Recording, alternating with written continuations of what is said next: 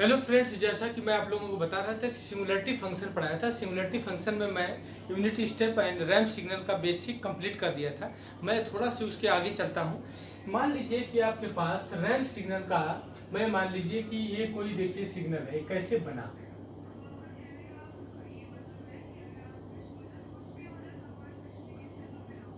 ठीक है, मान लीजिए कि ये कोई सिग्नल है। ठीक है, ये एफटी सिग्नल है ये। ठीक है,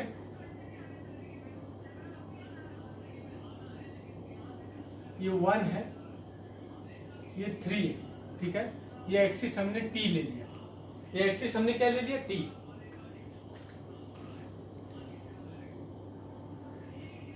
ठीक है, ये एक्सिस टी ले लिया।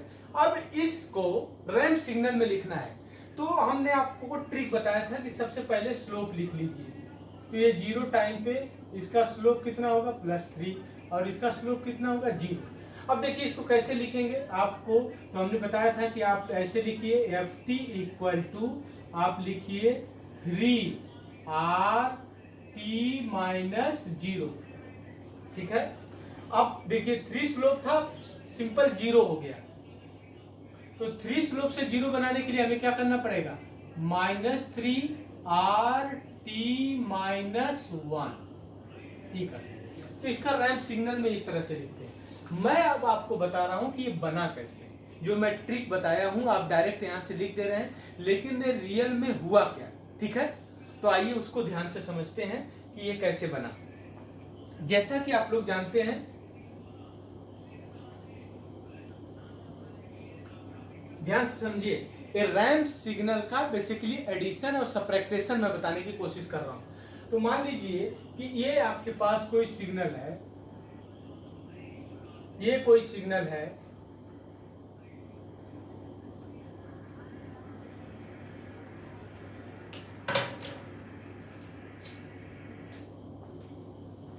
ये कोई सिग्नल है टी, और ये सिग्नल F1T हमने मान लिया, F1T, और इसकी वैल्यू क्या है? 3RT। 3RT को अगर ड्रा करोगे तो यही आएगा, जिसका स्लोप क्या होगा? 3। ठीक है, एक दूसरा मैंने सिग्नल लिया, ध्यान से समझिए, ये दूसरा सिग्नल मैंने लिया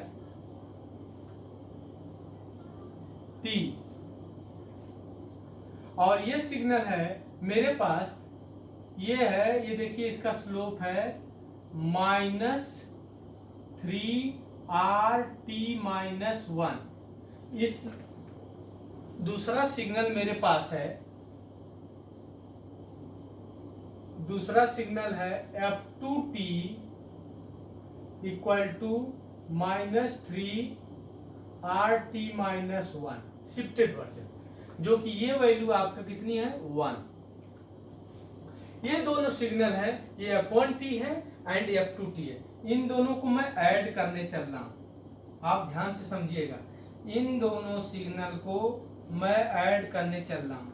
ये एक्सिस मैंने T ले लिया। ऐड करने का मतलब ये देख रहे हैं, इधर ये 0 है, ये पॉइंट तक ये 0 है, इस पॉइंट तक ये सिग्नल 0 है, और इस पॉइंट तक इसे डॉट डॉट करके दिखा दो, ये पॉइंट 1 मान लो, और ये भी पॉइंट 1 है। इस पॉइंट तक ये वैल्यू, ये देखिए इसका स्लोप अगर 3 है तो ये क्या होगा? 3। तो ये जो इन दोनों को ऐड करोगे तो ये सिंपल देखो, डॉट डॉट करके दिखा रहा हूं मैं, यहाँ पे डॉट डॉट करके देखिए, तो यहां तक ये वैल्यू ये आ जाएगी सिंपल। इधर ये 0 है और इधर ये सिग्नल एग्जिस्ट कर रहा है, दोनों को ऐड करोगे तो ये सिग्नल आ जाएगा। ये सिग्नल यहाँ पे ये वैल्यू 1 होगी, और ये वैल्यू कितनी होगी? 3। क्लियर?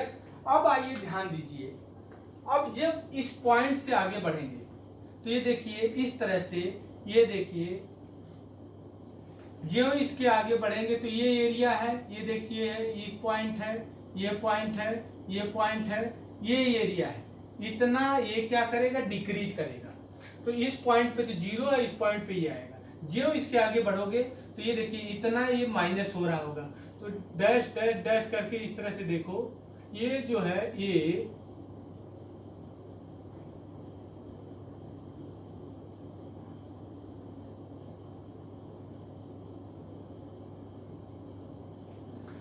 तो इतना ये नेगेटिव और इतना ये पॉजिटिव, तो ये दोनों हमेशा क्या करेंगे, कैंसिल होते जाएंगे और एक पॉइंट ऐसे मिलता जाएगा। ठीक है, तो जब इसको बनाओगे तो ये देखो ये सिग्नल ये आएगा। तो इन दोनों सिग्नल को क्या किया मैंने, ऐड किया। इन दोनों सिग्नल को मैं ऐड किया, दो रैंप सिग्नल को ऐड किया। तो दो रैंप सिग्नल को मैंने ऐड किया, तो ये देखिए आ गया 3RT और -3RT-1। तो ये जहां तक आप समझ में आया कि देखो रैंप सिग्नल को कैसे एडिशन करते हैं। तो इसीलिए मैं डायरेक्ट मेथड बताया था कि एक सिग्नल दिया है, दूसरा सिग्नल ये है, तो दोनों सिग्नल को जब मैं ऐड किया था देखो ये आया 3RT। तो इसीलिए जब मैं ये आपको दिया था कि इसको रैंप सिग्नल में लिखो, क्या लिखो, इसको रैंप सिग्नल में लिखो। ये क्या हो गया, 3 था और ये 1 था, ये FT है। ठीक है, ये एक्सिस हमने T ले लिया। तो आप तुरंत ये क्या करते थे, +3 ले लेते थे, स्लोप इधर क्या है 0, तो क्या लिखते थे 3RT-0 -3RT-1। तो ये देखो यहां से कॉन्सेप्ट आया है। तो ये दो रैंप सिग्नल का एडिशन मैं आपको अभी समझाया हूं। जहां तक मुझे लग रहा है कि आपको ये दो रैंप सिग्नल का एडिशन समझ में आया होगा। मैं इसमें थोड़ा से और आगे बढ़ता हूं। ठीक है,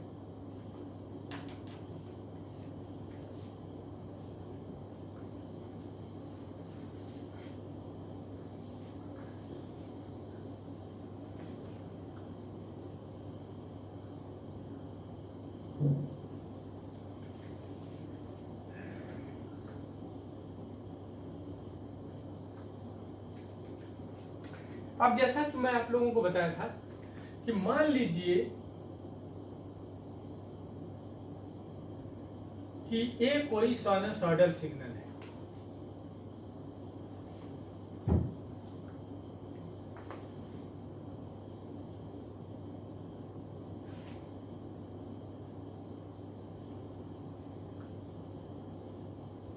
ये कोई साइनसॉइडल सिग्नल है। ठीक है, इसको आपने लिख लिया पाई, इसको 2 पाई, इसको 3 पाई, इसको 4 पाई।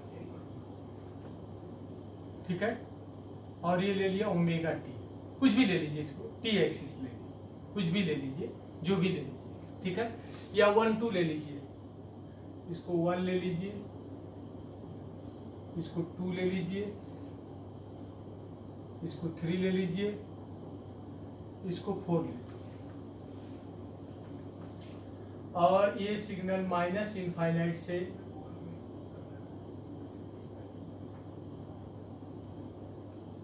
इनफाइनाइट तक एग्जिस्ट करता है। ठीक है, लेकिन अगर इसी सिग्नल में मैं अगर एक यूनिट स्टेप सिग्नल मल्टीप्लाई करूं, अगर यूनिट स्टेप सिग्नल में मल्टीप्लाई करूं इस तरह से 1 तक, ये F1T सिग्नल है और ये F2T सिग्नल है। ठीक है, ये दोनों सिग्नल को अगर मैं मल्टीप्लाई करूं तो जानते हो क्या आएगा, सिंपल आप समझ सकते हैं। इधर ये 0 है, इधर भी ये 0 है, तो इधर ये 0 हो जाएगा, इधर 0 होगा, क्या आएगा, केवल ये आएगा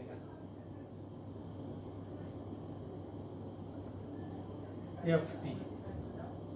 FT क्या होगा, F1T डॉट F2T। तो ये कितना हो जाएगा 0 और ये 1, और ये एम्पलीट्यूड जो भी है, मान लीजिए ये आपने 10 लिखा है तो 10 लिख लीजिए, और ये क्या है -10, तो ये बन जाएगा। तो किसी दो सिग्नल की मल्टीप्लिकेशन अगर यूनिट स्टेप से मल्टीप्लाई करोगे तो जितना उसकी रेंज होगी वो सेम कॉपी कर देगा और सबको क्या कर देगा, 0 कर देगा। ठीक है, अब इस सिग्नल को लिखना है साइनसॉइडल में तो कैसे लिखेंगे। ठीक है, हमने जानते हैं कि साइनसॉइडल सिग्नल लिखते हैं, तो ये देखो ये F1T को ऐसे लिखते हैं, F1T लिखोगे 10, ये Vm साइन, फिर लिखेंगे हम ओमेगा टी, क्या लिखेंगे, ओमेगा टी।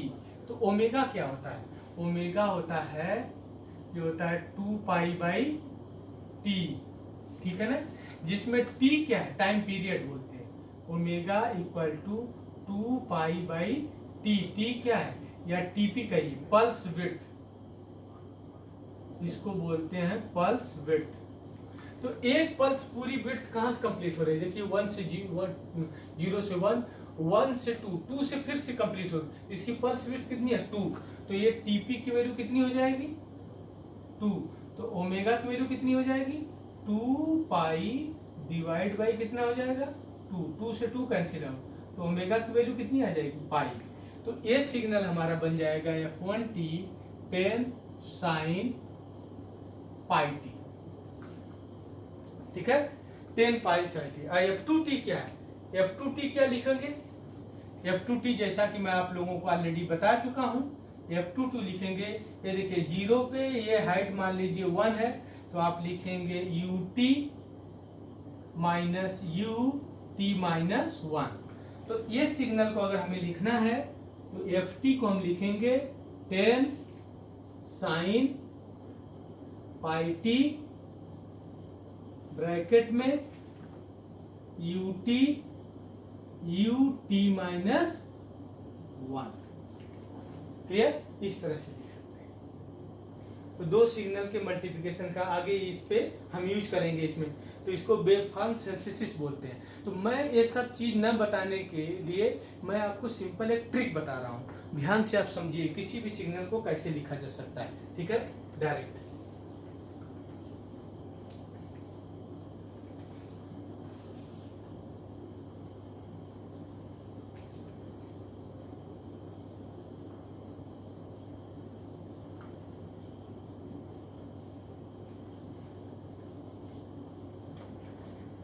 जब भी कोई सिग्नल दिया रहे, जैसे फॉर एग्जांपल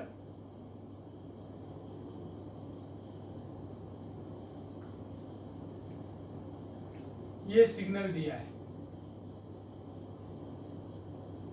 ठीक है, ft1 0, इसको लिखना भी मैं इसको बताया कैसे लिखोगे। और ये दिया है 5, तो इसको कैसे लिखोगे? 0 पे देखो ये कहां जा रहा है? 5 पे, तो ये लिखोगे ft, लिखोगे 5 साइन पाई t माइनस 0, ऐसे लिख सकते हो। क्या लिखोगे? 0 पॉइंट पे इसका एम्पलीट्यूड क्या है? पॉजिटिव, तो 5 साइन पाई t माइनस 0। फिर देखिए 1 पे भी पॉजिटिव है, तो लिखेंगे प्लस, फिर लिखेंगे 5 साइन पाई t माइनस 1, ठीक है, साइन पाई t माइनस 1, इस तरह से भी लिख सकते हैं। सॉरी, इस तरह से नहीं, इसको ऐसे लिख सकते हैं। देखो मैं बता रहा हूं, साइन, पहले तो इसको साइन है कि कॉस है, ये क्या है, किसका मॉडल है? ये साइन का है, तो ऐसे लिख दोगे पल्स विड्थ, साइन लिखोगे, यहाँ पे 5 लिखोगे, फिर ओमेगा, ओमेगा की वैल्यू कितनी हो जाएगी? ओमेगा की वैल्यू हो जाएगी पाई, ठीक है, और ये लिखोगे t, ठीक है। तो ये तो इस तरह से लिखेंगे, तो t माइनस 0 और लिखेंगे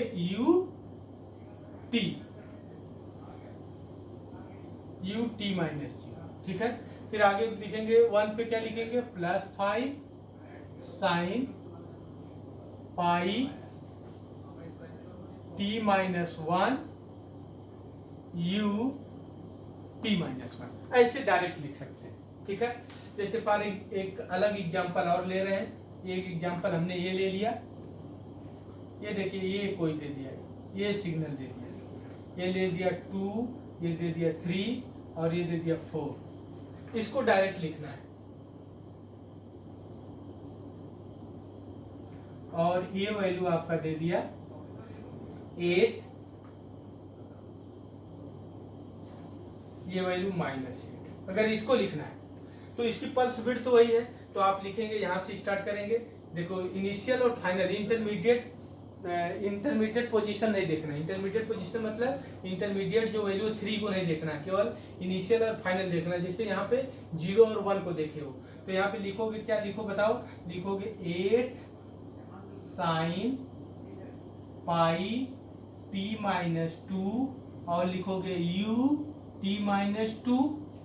क्लियर। फिर लिखेंगे प्लस, क्या लिखेंगे 5, फिर क्या लिखेंगे बताइए, 5 sine pi t minus 4 u t minus 4। Clear. इस तरह से लिख सकते हैं डायरेक्ट। तो जहाँ तक मुझे लग रहा है कि इन सिग्नल को कैसे लिखा जाता है आप लोगों को समझ में आया। Thank you.